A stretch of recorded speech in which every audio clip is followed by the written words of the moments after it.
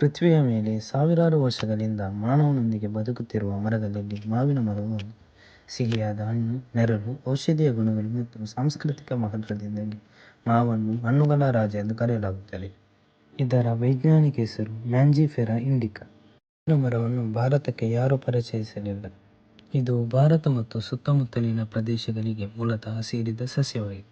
ಈ ಮರವು ಈಶಾನ್ಯ ಭಾರತ, ಬಾಂಗ್ಲಾದೇಶ ಮತ್ತು ಮಯನ್ಮಾರ್ ಪ್ರದೇಶಗಳಲ್ಲಿ ಹುಟ್ಟಿ ಸಾವಿರಾರು ವರ್ಷಗಳಿಂದ ಬೆಳೆಸಲ್ಪಡುತ್ತಿದೆ. ಸುಮಾರು 4000 ವರ್ಷಗಳ ಹಿಂದೆ ಭಾರತದಲ್ಲಿ ಬೆಳೆಸಲು ಆರಂಭವಾದ ಮಾವು ಬೌದ್ಧ ಸನ್ಯಾಸಿಗಳು ಮತ್ತು ವ್ಯಾಪಾರಿಗಳ ಮೂಲಕ ಆಗ್ನೇಯ ಏಷ್ಯಾಕ್ಕೆ ಹರಡಿತು.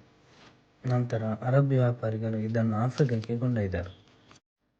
16ನೇ ಶತಮಾನದಲ್ಲಿ ಪೋರ್ಚುಗೀಸರು ಮಾವನ್ನು ಬ್ರೆಜಿಲ್ ಮತ್ತು ಅಮೆರಿಕ ದೇಶಗಳಿಗೆ ಪರಿಚಯಿಸಿದರು.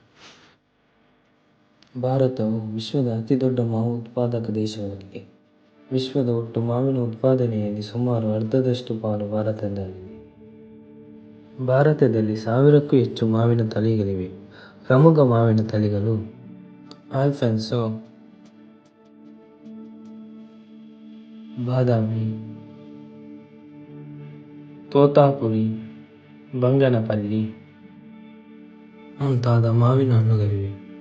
ಮಾವಿನ ಮರವು 100 ರಿಂದ 300 ವರ್ಷಗಳವರೆಗೆ ಬದುಕಬಹುದು. ಮಾವಿನ ಹಣ್ಣುಗಳನ್ನು ಅನೇಕ ಜೀವಿಗಳು ಆಹಾರವಾಗಿ ಬಳಸುತ್ತವೆ. ಕೋತಿಗಳು, ಹಣ್ಣು ತಿನ್ನುವ ಬಾವಲಿಗಳು, ಗಿಳಿಗಳು ಮತ್ತು ಅಳಿಲುಗಳು ಇದನ್ನು ಆಹಾರವನ್ನಾಗಿ ಬಳಸುತ್ತವೆ. ಇವು ಬೀಜಗಳನ್ನು ಹರಡುವ ಮೂಲಕ ಹೊಸ ಮರಗಳ ಬೆಳವಣಿಗೆಗೆ ಸಹಾಯ ಮಾಡುತ್ತವೆ. ಮಾವು ಭಾರತದ ರಾಷ್ಟ್ರೀಯ ಹಣ್ಣು. ಮಾವಿನ ಮರವು ಬಾಂಗ್ಲಾದೇಶದ ರಾಷ್ಟ್ರೀಯ ಮರ ಕೂಡ ಆಗಿದೆ.